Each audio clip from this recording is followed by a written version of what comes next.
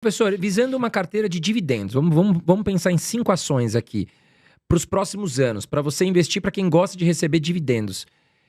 Quais ativos a gente poderia colocar nessa carteira? Essas empresas mais estáveis, não cíclicas, também têm esse perfil de dividendos. Claro que você vai ter algumas outras empresas, às vezes a Petrobras, às vezes paga um baita dividendo, só que é difícil você apostar que todo ano vai pagar um baita dividendo. Tem a interferência do governo. Vale também é uma empresa que costuma pagar um dividendo bacana. Só que como ela é cíclica, eu acho que a pessoa vai ficar um pouco desesperada quando vê a cotação caindo. Então, esse é o problema. Vou comprar agora. Agora vale, acho que está até num preço bom e tende a pagar um dividendo interessante, acima de 10% ao ano.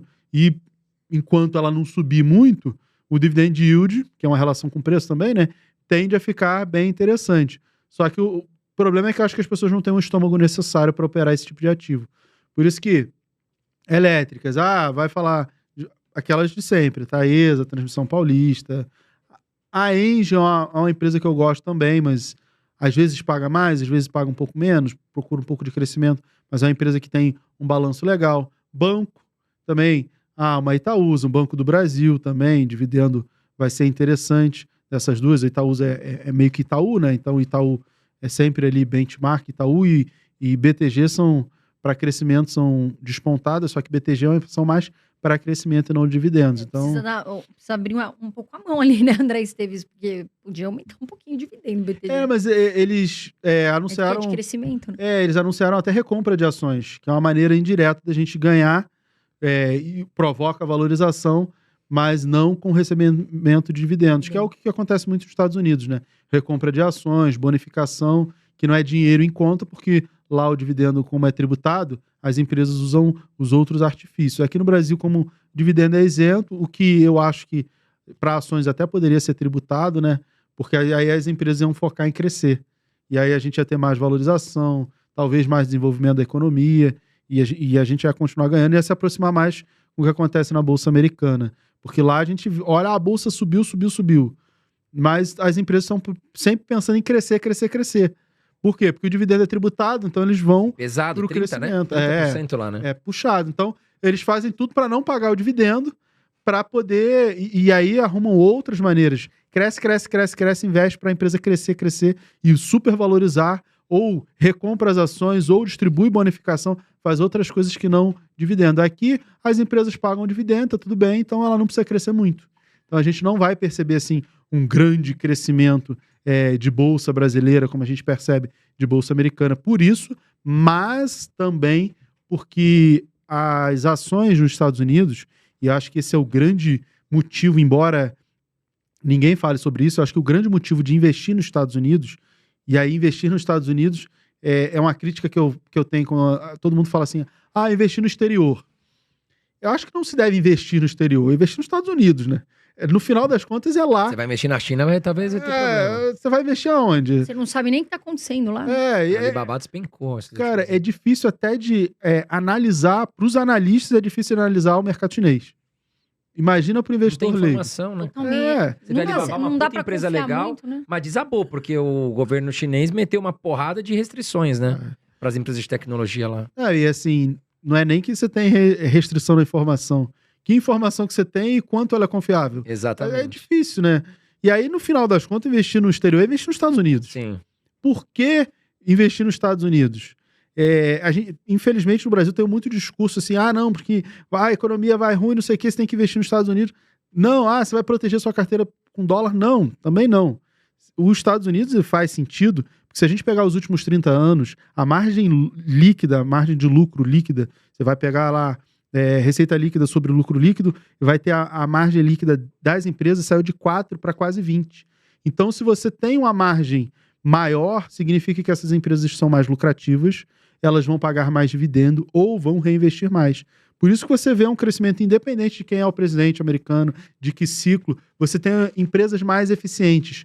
Essa é uma justificativa para você investir lá absurda. Isso aí, por si só, justifica. Porque vai ser mais fácil você ganhar dinheiro com ativos que se valorizam nesse cenário do que com ativos que não têm, empresas que não têm uma eficiência tão grande. Eu acho que esse seria o grande objetivo e o grande motivo para se investir em ações americanas, que são excelentes. Então, a tributação de dividendo, aqui, lá, essas coisas, tem esses reflexos no crescimento macro da Bolsa, na nossa Bolsa e também na Bolsa Americana. A gente falou de banco, de elétrica. Entraria uma empresa de seguros, por exemplo, saneamento nessa carteira de Seguros, dividendos? Porto Seguro, é porque eu não lembro do dividendo delas, mas Porto Seguro eu gosto. Eu acho que BB Seguridade, acho que estava com um dividendo bacana. Eu acho A que Caixa cabe. Seguridade também paga. As empresas de seguro Sim, pagam bem, né? É porque a Caixa subiu bastante, eu não lembro de cabeça o dividend yield. Mas é uma empresa que eu gosto também, tem na carteira. E saneamento, professor? Saneamento, saneamentos a gente tem 3 opções, né? Sabesp, Sanepar e Copasa. Então, Sabesp, com a privatização, valorizou pra caramba. Tem expectativa de valorizar mais? Tem. Mas aí ficou um pouco esticada. Sobra CSMG e Sanepar. CSMG até que subiu um pouco. Eu recomendei a Sanepar e a CSMG uns meses atrás. E esse negócio de CEMIG, CSMG privatizar também lá no governo mineiro deu uma esticadinha também. Mas eu colocaria Sanepar e Copasa, né? Telefonia Vivo, você colocaria também? As pessoas me perguntam muito do setor de telefonia por conta do Best, da Luíse, que é uma amiga querida também, que eles falam lá de telefonia. Eu não considero um setor de telefonia um setor interessante. Porque só tem a Vivo, né? Só. A Vivo, sim, é uma empresa interessante, mas você vai falar da Oi, A Oi é uma porcaria. a TIM... Não tem muito Eu acho que quando eles espaço. falam do Best, eles colocam a Vivo também, né? É só a Vivo. Eu não considero o setor de telefonia porque é só a Vivo. Sim. E a Vivo, sim, eu gosto, é uma empresa que eu acho interessante. Paga bons Principalmente dividendos. quando cai, aí você consegue comprar ela barata, como aconteceu ao longo desse ano. A gente teve a oportunidade de comprar ela barata, aí eu acho interessante, eu gosto da empresa. E o setor saúde? Me perguntam muito da Fleury. Fleury é uma boa empresa. O problema do setor de saúde é um setor regulado. Tudo bem que Fleury é mais laboratório, né? Mas quando a gente fala de setor de saúde, lembra-se muito de plano de saúde, e aí não pode aumentar o preço, aumenta o custo, vai aumentar o piso dos enfermeiros, uma discussão que teve há um tempo atrás. Então você aumenta custo, mas você não pode aumentar o valor dos planos de saúde. Então, como é que equilibra essas contas todas de aumento de custo sem aumento de receita? Então o setor de saúde acaba sendo um pouco impactado com isso. Fleury é sim interessante, eu gosto, eu acho que está num preço também interessante para o setor de saúde. Foge um pouco desse tradicional de plano de saúde, Sim. de seguro-saúde, essas coisas. E eu acho, sim, uma empresa interessante. Tem um desafio de investimento, de CAPEX, de ampliação dos seus laboratórios, que é um desafio que ela tem, mas eu gosto, de uma maneira geral, acho uma empresa interessante. Tem a questão da Hermes Pardini agora, também recentemente que chegou, né? Sim. E acho que a Fleury se endividou muito, né, professor? Para conseguir fazer essa aquisição, né? E com os juros altos agora, apertou para eles, né? Para eles e para todo mundo, né? Eu acho que é uma questão de oportunidade, de aproveitar as oportunidades, só que eu acho também que ninguém contava que o juro ia ter que subir tanto. E isso acaba impactando muito as empresas. Só que se em algum tempo, em alguns meses, talvez 1, 2 anos, as coisas melhorarem, a gente tem eleições de 2026, dependendo do cenário que se desenhar mais ao centro, não tão à esquerda, de repente não tão à direita, ou ao centro ou à direita, para eleição presidencial, a gente pode ter um cenário bem melhor para a economia, para a bolsa, para uma série de coisas. Então, essas empresas talvez consigam se sair melhor se a expectativa de Selic também diminuir. Acho que a Selic não vai subir tanto.